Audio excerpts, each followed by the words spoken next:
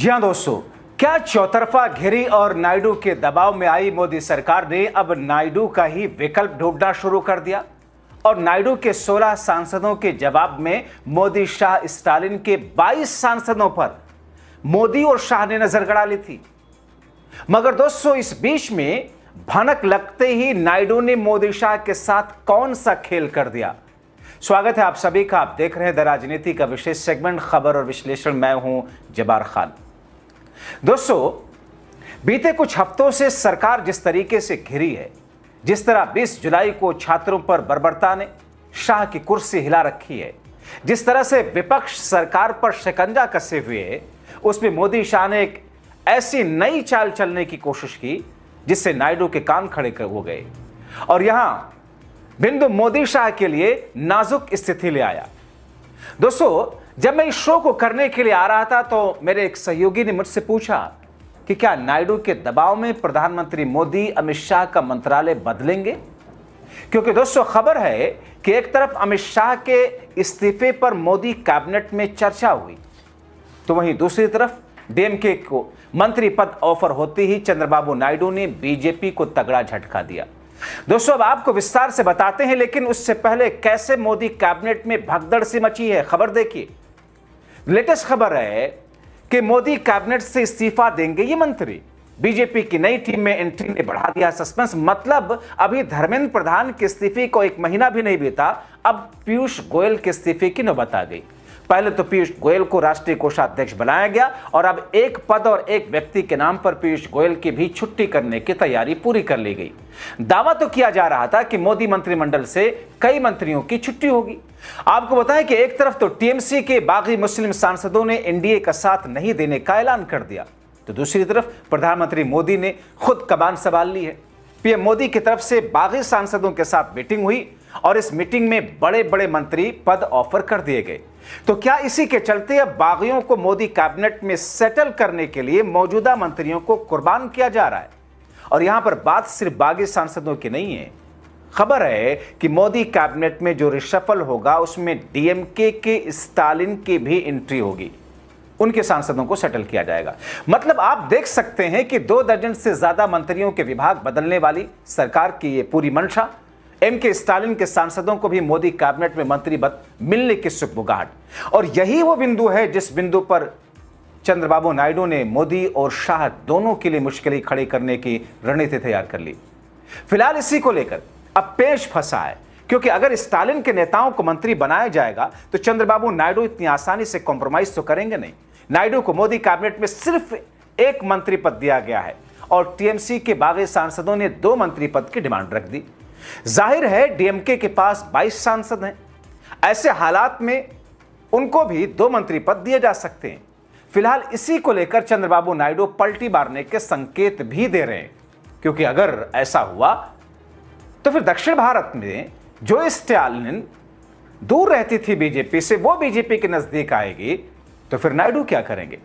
अब एक तरफ नायडू ने बीजेपी से दूरी बनानी शुरू कर दी, दूसरी तरफ कांग्रेस से नजदीकियां बढ़ा ली। क्यों बढ़ा रहे हैं? क्योंकि कॉकरोच जनता पार्टी के प्रदर्शन का खामियाजा चंद्रबाबू नायडू को भी भुगतना पड़ रहा है। नायडू ने पहले से सचेत किया था कि इन युवाओं के आंदोलन को सीरियसली लिया जाए, लेकिन तब तो अमित शाह ने सुना नहीं, पलटगन चलवा दी।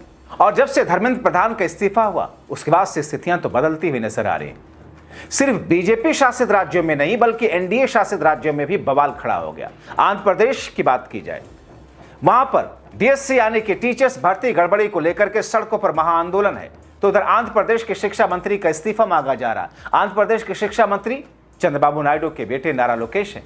ऐसे हालात में चंद्रबाबू नायडू ने भी कमान संभाली। एक तरफ नायडू सफाई देते घूम रहे हैं, दूसरी तरफ अगर भारतीय जनता पार्टी बागियों या फिर डीएमके के मंत्री को मंत्री पद का ऑफर करेगी तो आप समझ सकते हैं किस तरीके से 2/3 बहुमत तो छोड़िए, भारतीय जनता पार्टी का मौजूदा बहुमत भी हिलने वाला है।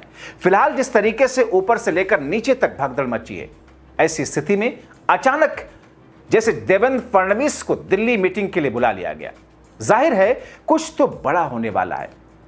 खबरें चलाई जा रही हैं देवेंद्र फडणवीस भी अपना सीएम का पद छोड़ सकते हैं, उन्हें मोदी कैबिनेट में एडजस्ट किया जाएगा। और खबरें ये भी आए, दावा यह किया जा रहा है कि अमित शाह का मंत्रालय बदलेगा।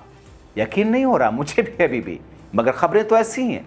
अगर अमित शाह मंत्रालय छोड़ेंगे तो क्या देवेंद्र फडणवीस गृह मंत्री बनाए जाएंगे? क्योंकि फडणवीस आरएसएस के कितने करीबी हैं किसी से छुपा नहीं। फिलहाल जिस तरीके से आरएसएस मार्गदर्शक मंडल वर्सेस भारतीय जनता पार्टी में तलवारें खिंची हैं, ऐसे हालात में होने को कुछ भी हो सकता है। कॉकरोच जनता पार्टी के प्रदर्शन और धर्मेंद्र प्रधान के इस्तीफे ने गुजरात लॉबी की नींव हिला दी। उत्तर प्रदेश चुनाव जिसको लेकर बीजेपी ने अपनी एड़ी चोटी का जोर लगा रखा है। जो ताजा सर्वे आया दोस्तों, जैसा कि मैंने बताया था, बीजेपी हारती हुई दिख रही है। और आज के डेट में अगर लोकसभा का चुनाव हो जाए तो फिर उस ताजा सर्वे में एनडीए हारता हुआ इंडिया गठबंधन की सरकार बन रही है। तो फिर ऐसी स्थिति में मोदी शाह बैकफुट पर है। बागी सांसदों के साथ अचानक से मीटिंग बुलाने और डीएमके के मंत्री को मंत्री पद का ऑफर देने का मतलब क्या बनता है, आप समझ सकते हैं। आपको बताएं कि यह बात सिर्फ उत्तर प्रदेश की नहीं है कि वहां बीजेपी जा रही है, पूरे देश की हवा पलटती दिख रही है। बिहार, जहां पर बीजेपी प्रचंड बहुमत की सरकार बनाई, वहां धर्मेंद्र प्रधान के इस्तीफे के बाद पहली बार उपचुनाव हुए, बीजेपी अपने ही गढ़ में चुनाव हार गई।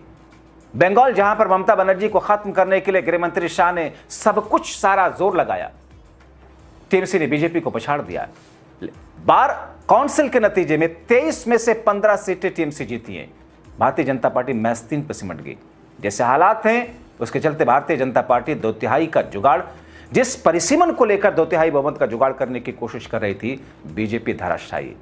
गुजरात लॉबी अच्छे से जानती है कि अगर परिसीमन बिल सदन से पारित हो गया तो मोदी शाह की कुर्सी हमेशा बनी रह सकती है। लेकिन क्या यह परिसीमन बिल इतनी आसानी से सदन में पारित होगा? और दूसरा महत्वपूर्ण सवाल यह कि अगर बागी सांसद और डीएमके को मंत्री पद ऑफर किया जाएगा तो चंद्रबाबू नायडू कॉम्प्रोमाइज करने के लिए तैयार कैसे होंगे? हो ही नहीं सकता ये। अब दोस्तों, इन तमाम स्थितियों में आपको क्या लगता है? क्योंकि एक तरफ धर्मेंद्र प्रधान के इस्तीफे के बाद में बैकफुट पर हैं मोदी और शाह। अमित शाह के इस्तीफे को लेकर के लगातार दबाव डाला जा रहा है। सुप्रीम कोर्ट में पायलट गन चलने को लेकर के जो पार्ट कमेटी बनाएगी और दिल्ली पुलिस ने जो हल्फनामा दिया, उसमें अभी तक यही संकेत मिल रहे हैं कि भारतीय जनता पार्टी के लिए मुश्किल की घड़ी आने वाली है और खुद शाह के इस्तीफे तक नौबत पहुंच जाएगी, ऐसे संकेत मिल रहे हैं। और इन तमाम स्थितियों में दोस्तों, देवेंद्र फडणवीस को दिल्ली लाने का मतलब क्या है? तो ऐसे में क्या इसीलिए शाह ने या मोदी ने आंध्र प्रदेश के बजाय तमिलनाडु से डीएमके को अपने साथ मिलाकर के आंध्र प्रदेश की टीडीपी नायडू की पार्टी के 16 सांसदों के मुकाबले तमिलनाडु की स्टालिन की पार्टी के 22 सांसदों को साथ देकर के अपना हित साधने की कोशिश कर रहे हैं? लेकिन दोस्तों, नायडू अकेले नहीं है। नायडू को अगर धक्का लगा तो फिर नीतीश भी धक्का देंगे नायडू के साथ में, और फिर नायडू नीतीश एक साथ हुए तो शिंदे भी जोर का धक्का जोर से ही देंगे। इन तमाम स्थितियों और परिस्थितियों में दोस्तों, आगे की तस्वीर बीजेपी के लिए मुश्किल खड़ी करते हुए दिखाई दे रही है। तो फिर इंतजार कीजिए, आगे होता क्या है। सुप्रीम कोर्ट का फैसला शाह पर और पायलट गन पर क्या आता है? चंद्रबाबू नायडू आगे क्या करते हैं? स्टालिन क्या अब वाकई बीजेपी के साथ आने के लिए पूरे तौर पर तैयार उस ऑफर को कबूल करेंगे?